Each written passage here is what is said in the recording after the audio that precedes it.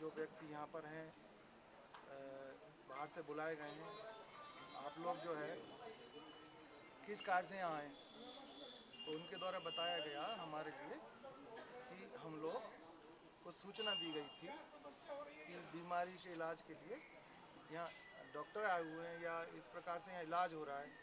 और ऐसा आप लोगों ने देखा भी होगा, बीमार लोग यहाँ पर हैं, तो इस प्रकार का पाया गया। और इस विषय में अभी इन्वेस्टिगेशन जारी है।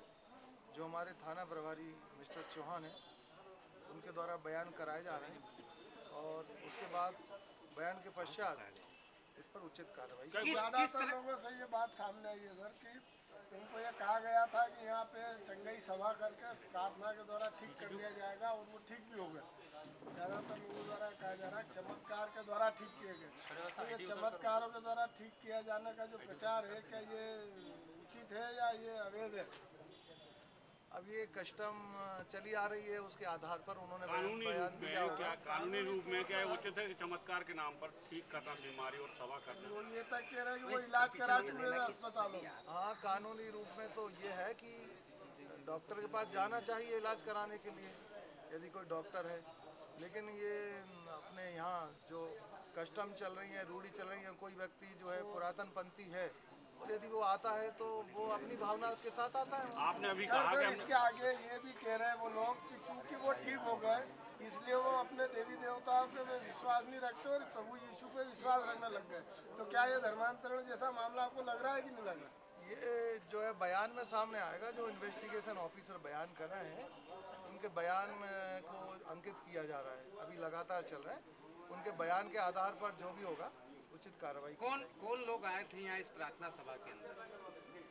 नहीं, ये कौन लोग जो थे, कौन लोग आए थे इस विषय में तो उनकी जो धर्मावलंबी है, जो फादर के द्वारा बताया गया कि हमारे लोग ही यहाँ पर आपसे जब आपसे इन्होंने परमिशन मांगी थी तो किस आयोजन की परमिशन मांगी थी?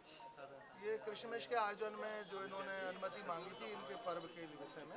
जो प्रीचर इनके जो आ रहे हैं, धर्म शिक्षक, उनके लिए इन्होंने परमिशन मांगी थी। और उनका मूल फंक्शन तो शायद 6 बजे के बाद होगा, जहाँ तक मुझे अभी बताया गया है। लेकिन इसमें इन्वेस्टिगेशन के दौरान जो आदेश किया गया है कि यदि इसमें ऐसा लगता है कि कोई भी स्थिति ऐसी है कि बिना इच्छा के, बिना मर्जी के और बयानों के अंतर्गत ऐसा कुछ भी आता है, उस पर कार्रवाई। प्रशासनिक जांच कब? सर, इसमें एक चीज़ ये है कि कार्यक्रम जैसा आप बता रहे हैं कि क्रिश्चियनों का है और यहाँ अंदर बैठे हैं सब आदिवासी हैं, तो इसमें आपको ऐसा नहीं लग रहा है कि ये धर्म परिवर्तन का कोई मामला?